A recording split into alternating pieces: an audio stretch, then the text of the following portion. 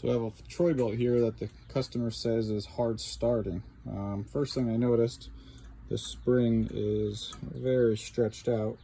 Also, there was all types of debris stuck in here, and this is the Autochoke. It should snap back. Does not move very well. So I'm going to pull up the flywheel cover here, see what's going on, and should have that's got to be the reason why it's starting hard. All right, so after pulling the flywheel cover off, I noticed this Autochoke here was dragging, and it turns out where it attaches over here, this plate had been bent. I don't know how or why or what, but this was hanging up like this.